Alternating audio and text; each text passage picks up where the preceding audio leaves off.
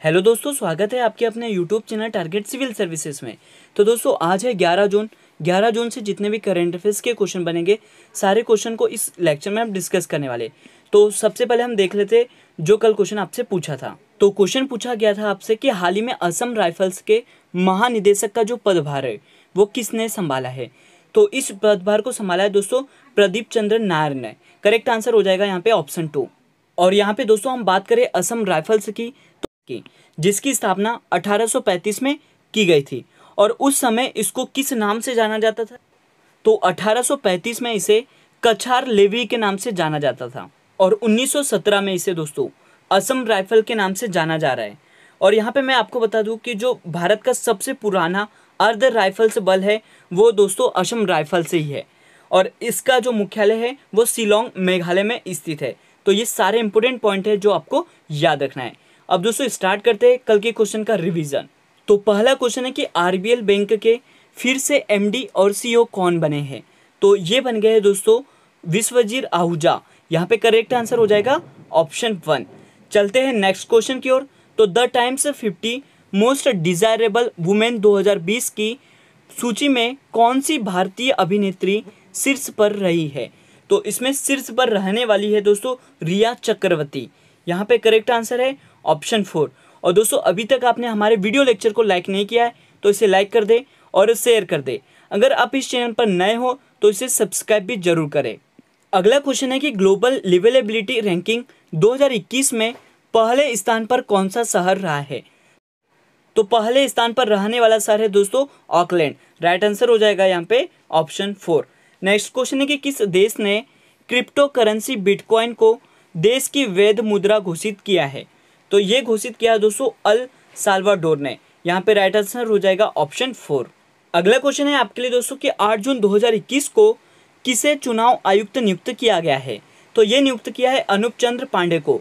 तो यहाँ पे राइट आंसर क्या हो जाएगा ऑप्शन 2।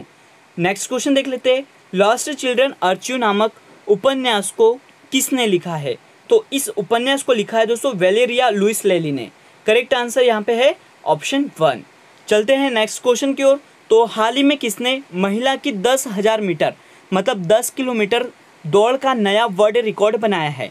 तो ये बनाया है दोस्तों सिफान हसन ने। यहाँ पे राइट आंसर हो जाएगा ऑप्शन 2। अगला क्वेश्चन है कि प्रधानमंत्री गरीब कल्याण अन्न योजना का विस्तार बढ़ाकर कब तक कर दिया है? तो इसका विस्तार कर दिया दोस्तों नवंबर 2021 तक। तो यहाँ पे राइट आंसर हो जाएगा ऑप्शन 4। नेक्स्ट क्वेश्चन है कि हाल ही में जारी एनीमिया मुफ्त भारत सूचकांक 2020-21 में कौन शीर्ष पर रहा है? तो इसमें शीर्ष पर रहने वाला जो राज्य है वो मध्य प्रदेश है। तो यहाँ पे करेक्ट आंसर हो जाएगा दोस्तों ऑप्शन 2। और रिवीजन का लास्ट क्वेश्चन है कि किस राज्य की सरकार ने भारत रत्न और पद्म पुरस्कारों की तर्ज पर पुरस्कार देने की घोषणा की है? तो इसकी घोषणा की है असम राज्य की सरकार ने। तो करेक्ट आंसर हो जाएगा यहाँ पे ऑप्शन 3। तो आज का फर्स्ट क्वेश्चन है कि वर्तमान में भारतीय जीवन बीमा निगम मतलब एलआईसी के जो चेयरमैन है वो कौन है, जिनका हाल ही में 9 महीने का सेवा विस्तार कर दिया गया है? तो यह है दोस्तों एमआर कुमार। करेक्ट आंसर हो जाएगा यहाँ पे ऑप्शन 1। और ये है दोस्तों एमआर कुमार जो कि वर्तमान में भारतीय जीवन बीमा निगम मतलब एलआईसी के चेयरमैन है। और यहाँ पे दोस्तों बात हो रही है एलआईसी की मतलब life insurance corporation of India की, जिसकी स्थापना 1956 के अधिनियम के तहत की गई थी और इसका मुख्यालय मुंबई में स्थित है। तो यहाँ पे दोस्तों बात है कि इनका जो सेवा विस्तार है वो क्यों किया है? तो इनको जिम्मेदारी मिली है दोस्तों आईपीओ लाने की मतलब इनिशियल पब्लिक ऑफर। बात करें यहाँ पे आईपीओ की, तो ये आईपीओ क्या होता है? तो ये होता है दोस्तों जब कंपनी पहली बार अपने शेयर जनता के बीच में लाती है तो इसे आईपीओ कहते हैं। और यहाँ पे ऑप्शन में है अजय त्यागी जो कि सेबी के हेड है, और ऑप्शन में है दिनेश कुमार खरा जो कि एसबीआई के चेयरमैन है, और टीबी नरेंद्रन ये भारतीय उद्योग परिसंघ के नए अध्यक्ष बनाए गए हैं। अगला क्वेश्चन है कि हाल ही में दिग्गज खिलाड़ी डिंको सिंह का निधन हो गया है, यह किस खेल से संबंधित है? तो इनका जो संबंध है दोस्तों वो मुक्केबाज से है। तो यहाँ पे करेक्ट आंसर क्या हो जाएगा ऑप्शन 1। और ये है दोस्तों डिंको सिंह। और ये कब की तस्वीर है? ये 1998 की है जब इन्होंने एशियन गेम्स में गोल्ड मेडल अपने नाम किया था। और 1998 का जो एशियन गेम्स था इसका आयोजन बैंकॉक थाईलैंड में किया गया था। और ये जो डिंको सिंह है इन्हें पद्मश्री सम्मान से भी सम्मानित किया गया था। और दोस्तों ये जो डिंको सिंह है इन्हें एमसी मैरी कॉम इनको गुरु मानती है। क्या मानती है? गुरु मानती है। और 2020 में एमसी मैरी कॉम को पद्म विभूषण से सम्मानित किया गया था। तो ये भी आपको याद रखना है। और यहाँ पे मैं आपको बता दूं कि जो हाल ही में एशियन बॉक्सिंग चैंपियनशिप हुई थी, कहाँ पे? यूएई में, और उसमें गोल्ड मेडल किसको मिला है? तो गोल्ड मेडल जो मिला है दोस्तों वो पूजा रानी और संजीत कुमार को मिला है। ये भी आपको याद रखना है। अगला क्वेश्चन है दोस्तों, FIH हॉकी 5S विश्व कप 2024 की जो मेजबानी है वो कौन सा देश करेगा?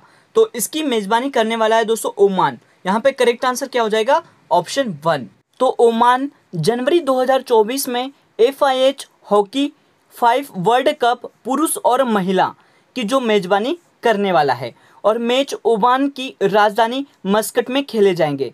दोस्तों यहाँ पर हम बात करें ओमान की, तो इसकी जो करेंसी है वो ओमानी रियाल है, और ओमान के जो राष्ट्रपति है वो कबूस बिन सईद अल सई है। तो ये भी आपको याद रखना है। अगला क्वेश्चन है कि वर्तमान में संयुक्त राष्ट्र संघ के महासचिव कौन है? तो ये है दोस्तों एंटोनियो गुटेरस। करेक्ट आंसर हो जाएगा यहाँ पे ऑप्शन 4। और ये है दोस्तों एंटोनियो गुटेरस। यहाँ पे दोस्तों ये चर्चा में क्यों है? तो मैं आपको बता दूं कि इन्हें दोबारा महासचिव मतलब यूएनओ का, यूनाइटेड नेशन ऑर्गेनाइजेशन का फिर से सचिव नियुक्त किया जा रहा है, और इनका जो कार्यकाल रहने वाला है वो 2022 से 2028 तक मतलब 5 वर्ष का रहने वाला है। और यहाँ पे बात करें दोस्तों कि जो यूएनओ के पहले महासचिव थे वो कौन थे? तो वो थे ट्रिग्वी ली। ये भी मैं आपको दिखा देता हूँ। तो ये है दोस्तों ट्रिग्वी ली, जो कि यूएनओ के मतलब यूनाइटेड नेशन ऑर्गेनाइजेशन के पहले महासचिव थे। और ये है दोस्तों वर्तमान के महासचिव एंटोनियो गुटेरस। यहाँ पे दोस्तों मैं आपको बता दूं कि जो यूएनओ है इसकी स्थापना कब की गई थी? तो इसकी स्थापना 24 अक्टूबर 1945 को की गई थी, और इसका मुख्यालय न्यूयॉर्क में स्थित है। और एक और इम्पोर्टेंट क्वेश्चन है, इसको स्टार लगा लेना दोस्तों और इसको नोट कर लेना कहीं पर भी, कि संयुक्त राष्ट्र महासभा की पहली महिला अध्यक्ष कौन थी? तो इसका नाम क्या है दोस्तों? विजय लक्ष्मी पंडित। ये इंपॉर्टेंट क्वेश्चन है आपके एग्जाम के लिए, तो ये याद रखना है आपको। चलते हैं नेक्स्ट क्वेश्चन की ओर। तो क्वेश्चन है कि विश्व स्वास्थ्य संगठन ने सिनोवैक कोविड-19 वैक्सीन के वैश्विक उपयोग को मंजूरी दे दी है, और इस वैक्सीन को किस देश ने विकसित किया है? तो सिनोवैक को विकसित किया दोस्तों चीन ने। यहाँ पे करेक्ट आंसर हो जाएगा ऑप्शन 2। तो सिनोवैक वैक्सीन को चीन की pharma company Sinovac biotech limited ने विकसित किया है, और विश्व स्वास्थ्य संगठन ने सिनोवैक कोरोनावैक की कोविड-19 वैक्सीन को आपातकालीन उपयोग के लिए मंजूरी प्रदान कर दी है, और यह वैक्सीन 18 साल से ऊपर उम्र के लोगों को दी जाएगी। तो याद रखना है आपको, जो सिनोवैक वैक्सीन है यह चाइना की है। बात करें दोस्तों यहाँ पर चाइना की, तो यह एशिया महाद्वीप में स्थित है। इसकी राजधानी बीजिंग है, और चाइना की जो करेंसी है वो रेनमिनबी है, और चाइना के राष्ट्रपति शी जिनपिंग है। तो सारे इंपॉर्टेंट पॉइंट है जो आपको याद रखना है। चलते हैं दोस्तों नेक्स्ट क्वेश्चन की ओर। तो देहिंग पटकाई राष्ट्रीय उद्यान किस राज्य में स्थित है? तो यह स्थित है दोस्तों असम राज्य में। यह असम राज्य का 7वां नेशनल पार्क बना है। तो दोस्तों ये जो देहिंग पटकाई राष्ट्रीय उद्यान है यह असम के डिब्रूगढ़ में स्थित है, और इसे पूर्व का अमेज़न, मतलब इसे क्यों कहते हैं पूर्व का अमेज़न? तो यह वर्षा वन, उष्णकटिबंधीय आर्द्र सदाबहार वन के लिए फेमस है। और हाल ही में दोस्तों 6वां राष्ट्रीय उद्यान, मतलब जो असम का राष्ट्रीय उद्यान बना था उसका नाम क्या है? रायमोना नेशनल पार्क, और यह फेमस है दोस्तों गोल्डन लंगूर के लिए। तो याद रखना है आपको कि असम का 6वां राष्ट्रीय उद्यान रायमोना राष्ट्रीय उद्यान, और जो 7वां राष्ट्रीय उद्यान बना है दोस्तों ये देहिंग पटकाई राष्ट्रीय उद्यान है। तो ये इंपॉर्टेंट पॉइंट है जो आपको याद रखना है। यहाँ पे दोस्तों हम बात कर लेते हैं असम राज्य की। तो असम की राजधानी है दिसपुर, और यहाँ के वर्तमान में मुख्यमंत्री हेमंत बिस्वा शर्मा है। गवर्नर है दोस्तों जगदीश मुखी, और मुख्य न्यायाधीश सुधांशु धुलिया है। लोकसभा सीट की बात करें तो ये 14, राज्यसभा सीट 7 और विधानसभा सीट 126 है। और असम राज्य का जो प्रसिद्ध त्योहार है वो कौन सा है? तो ये बिहू है। ये भी आपको याद रखना है। चलते हैं दोस्तों नेक्स्ट क्वेश्चन की ओर। तो कि निम्न में से किस लेखिका ने हाल ही में पेन पिंटर प्राइज 2021 से सम्मानित किया गया है? तो ये सम्मानित किया है दोस्तों तित्सी डांगर रेम्बगा को। ये है दोस्तों तित्सी डांबर रेम्बगा। चलते हैं दोस्तों नेक्स्ट क्वेश्चन की ओर। तो 9 जून 2021 को किन दो देशों की नौसेना के बीच कॉर्पेट अभ्यास शुरू हुआ है? तो ये शुरू हुआ है दोस्तों भारत और थाईलैंड के बीच। यहाँ पे राइट आंसर क्या हो जाएगा? ऑप्शन 4।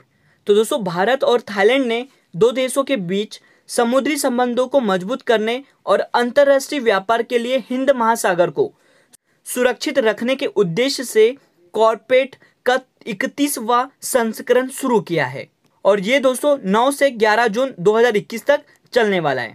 और दोस्तों ये जो कॉर्पेट है इसका मतलब क्या है?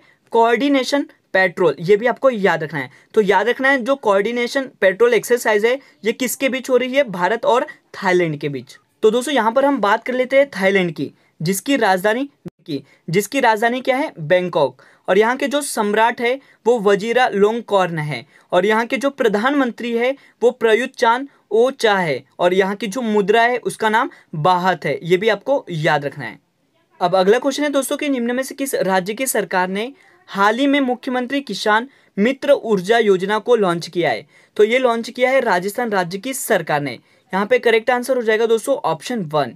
तो यहाँ पे दोस्तों हम बात कर रहे थे राजस्थान की, जिसकी राजधानी जयपुर और यहाँ के वर्तमान में जो मुख्यमंत्री है वो अशोक गहलोत है और गवर्नर की तो ये कलराज मिश्रा और यहाँ के जो मुख्य न्यायाधीश है वो इंद्रजीत मोहंती है।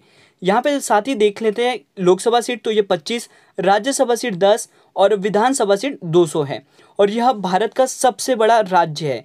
किसमें अगर यहाँ पे बात करें दोस्तों एरिया की दृष्टि से, मतलब क्षेत्रफल की दृष्टि से भारत का जो सबसे बड़ा राज्य है वो कौन सा है? तो ये राजस्थान है।